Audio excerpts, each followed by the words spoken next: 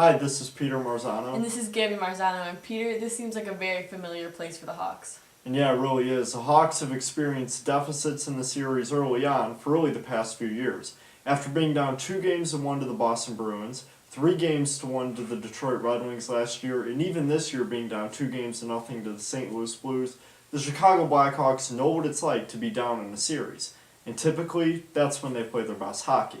But coming up with Game 4, it seems that the Hawks need to make a few adjustments in order to be able to win.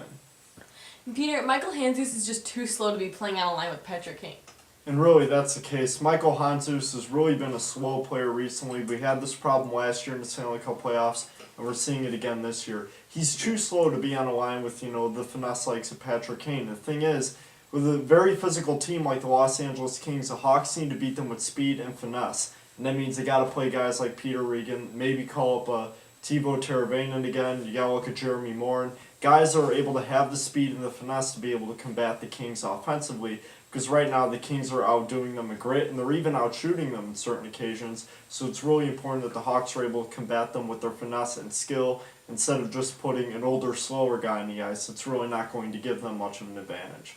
And it's really this simple. If we win the game tomorrow night, we regain home ice advantage. And yeah, that's really what the Hawks have to do, because if they regain home ice advantage, I really don't think there's any way they lose the series. But tomorrow night's game, you could argue, is even more pivotal than the Game 5 in Chicago.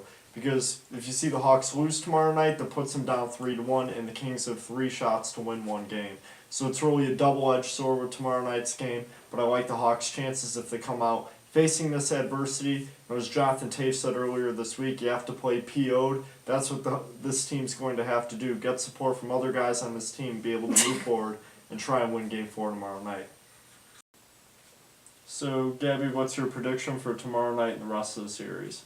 Tomorrow night, I think they're going to lose the game, but I think they're going to come back strong in Game 7 and take it. Yeah, I mean, that's pretty valid. They'll put them down in that same spot they were against the Detroit Red Wings. I think they're able to come back and win tomorrow night, but I do think the series is going to go 7 games. The Kings are a very resilient team. I think that the Hawks will eventually prevail in 7 games to get their second consecutive berth to the Stanley Cup Finals. This has been Peter Marzano. And Gabby Marzano.